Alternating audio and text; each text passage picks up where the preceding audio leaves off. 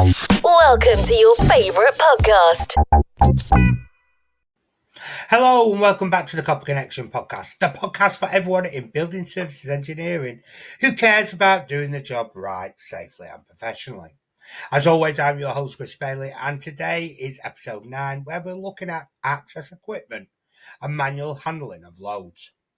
We'll run through the common access equipment you'll see on a day-to-day basis, what to check for before you climb, how to assemble and use platforms correctly, how to lift and move materials without wrecking your back. We'll also flag up some of the core UK regulations that apply, including the Manual Handling Operations Regulation 1992 and the Lifting Equipment Regulations 1998.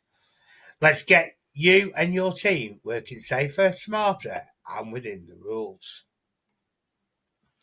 In building services, access equipment and manual handling are everywhere. From step ladders, swapping out a control panel, to a mobile access tower for duct installs, to a scissor lift for high level containment, or simply carrying plant through a plant room. Most injuries on site are dramatic.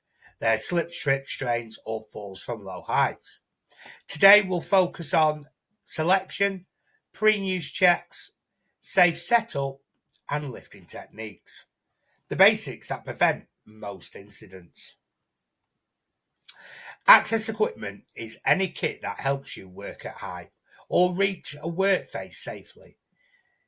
In our world, that includes ladders that are either single, double, triple extensions, roof ladders, step ladders, roof ladders or crawling boards, trestles, platforms, podiums and staging, mobile and fixed scaffold towers, often called MATs or MATs, mobile access towers, or mobile elevated working platforms like boom lifts, cherry pickers and scissor lifts.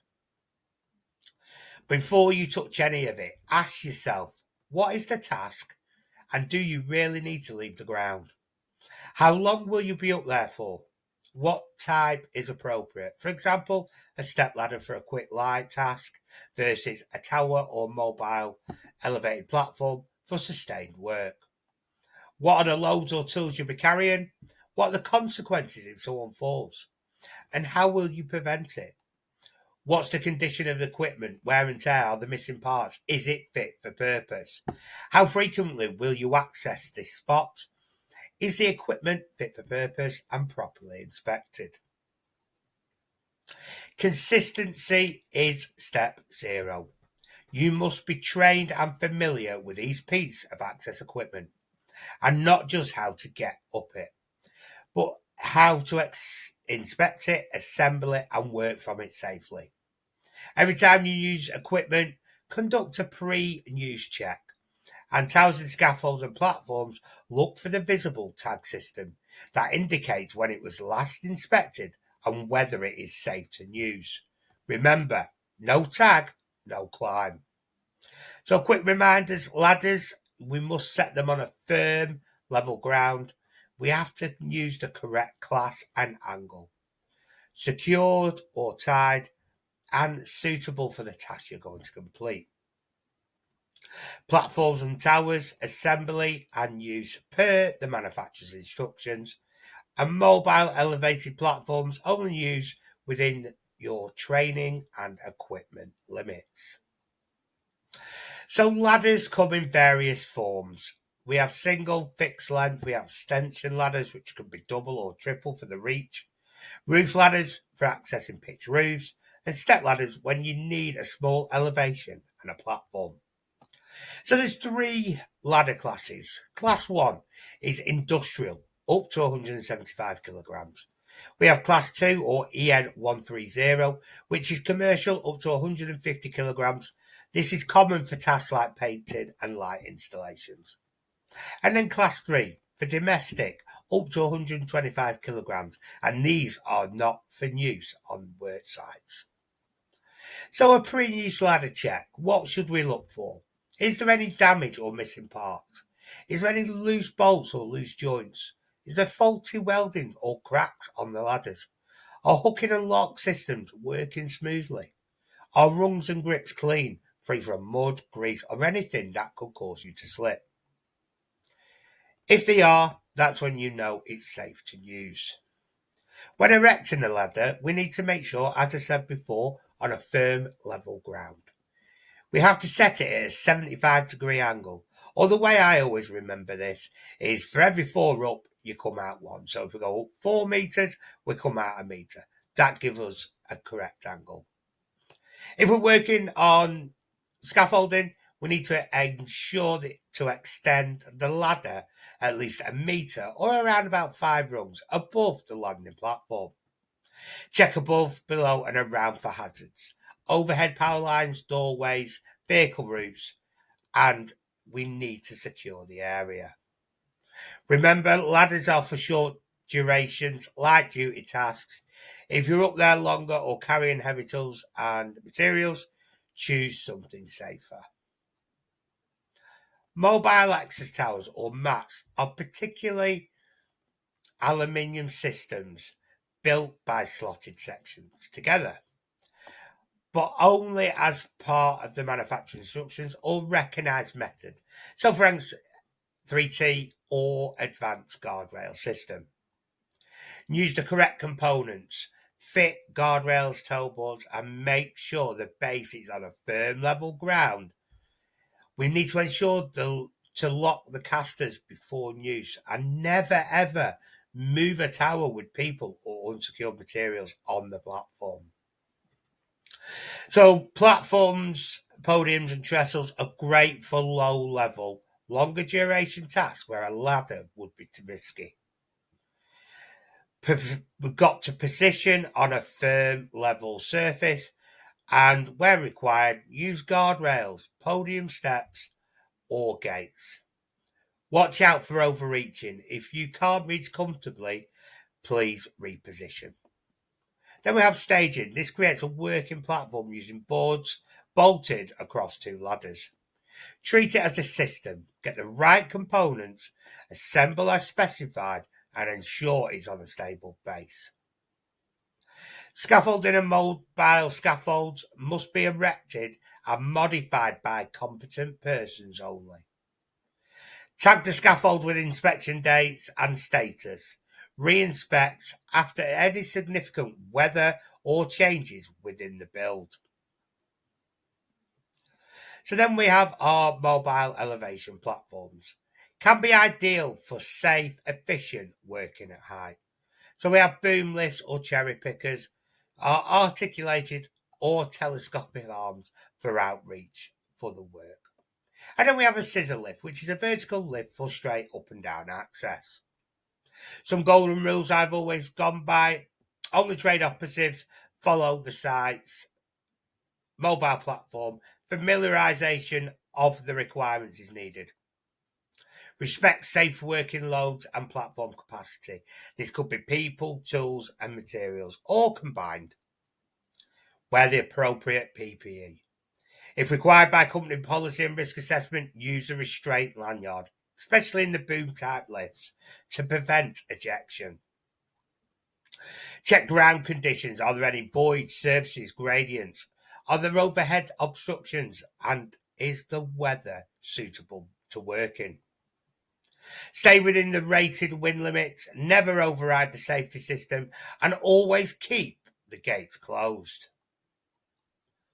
So working at height regulation 2005 is about selecting appropriate equipment to prevent falls.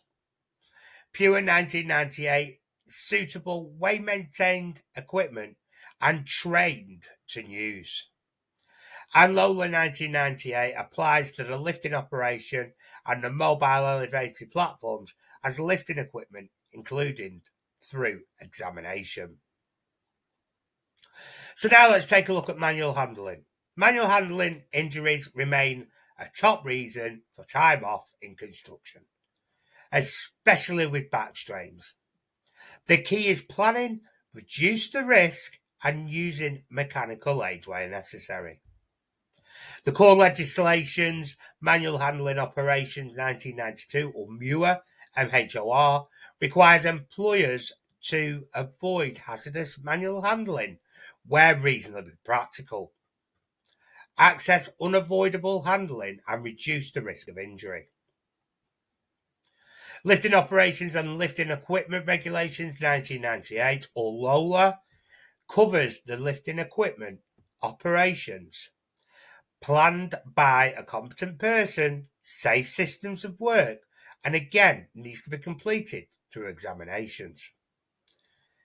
PUWER 1998, lifting accessories are work equipment and must be suitable and maintained.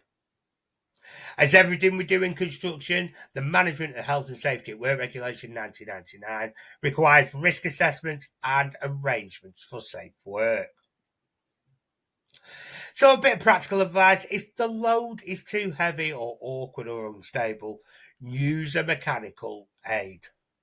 That could be a trolley, a hoist, a genie lift, a pallet truck, or a mobile elevated platform for positioning. If we are doing team lift works, appoint a leader. Pick people of a similar height and strength. Lift in sync with clear commands.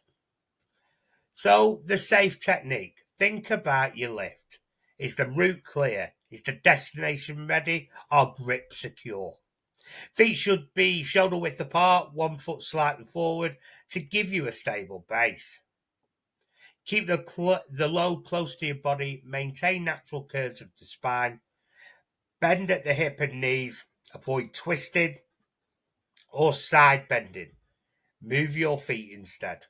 Keep your head up, eyes forward once the load is secure.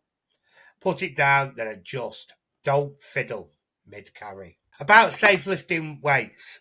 There is no single legal maximum for anyone. MEWPs guideline ranges dependent on how close the load is to your body and its height.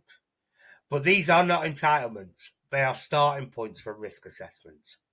Always adjust for the person, the load, the posture, reach distance, frequency. Okay, so before you step up or lift up, run this mental checklist. Can you avoid working at height or manual handling altogether? The equipment, is it right type? Is it fit for purpose? Has it been inspected and tagged if required? The ground and the environment around us, is it firm, level, clear of hazards, weather acceptable, and we've got adequate lighting? Are you competent and briefed? Is supervision appropriate? The load, what's the weight, the shape, the suitability, attachment points, lifting accessories, certified and within inspection dates? Do we have grab rails, toeboards, edge protection, exclusion zones, fall restraints or arrests if required? Do we have rescue plans if we're using mobile elevated platforms, towers? What's our first aid? What is the communication when using these? Has it been documented via a risk assessment and method statement to align with what you're about to do? So there's a few classic common pitfalls. Using a ladder for as long as the task should be done from a podium, tower or elevated platform.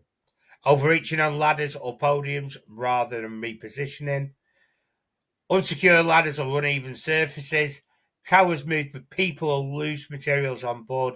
These are no-nos. You must not do them. Okay, so that brings us to the end of this episode 9 of the Copper Connection podcast, where we have looked at access equipment and manual handling. Remember the key regs we've covered today: the Manual Handling Operation 1992, Lifting Operations and Lifting Equipment Regulations 1998, Working at Height Regulation 2005, Provision of Use of Work Equipment Regulations 1998, Management and Health and Safety at Work 1999, and Personal Protective Equipment at Work Regulations 1992, which was updated in 2022. So, use the right kit, check it's safe, and lift with your brain before your back. If you have found this useful, share it with a colleague, student, and subscribe so you never miss an episode. I'm Chris Bailey, and this has been the Copper Connection podcast. Stay safe, and we'll see you in the next episode. We'll be back next week. In the meantime, please subscribe and thanks for listening.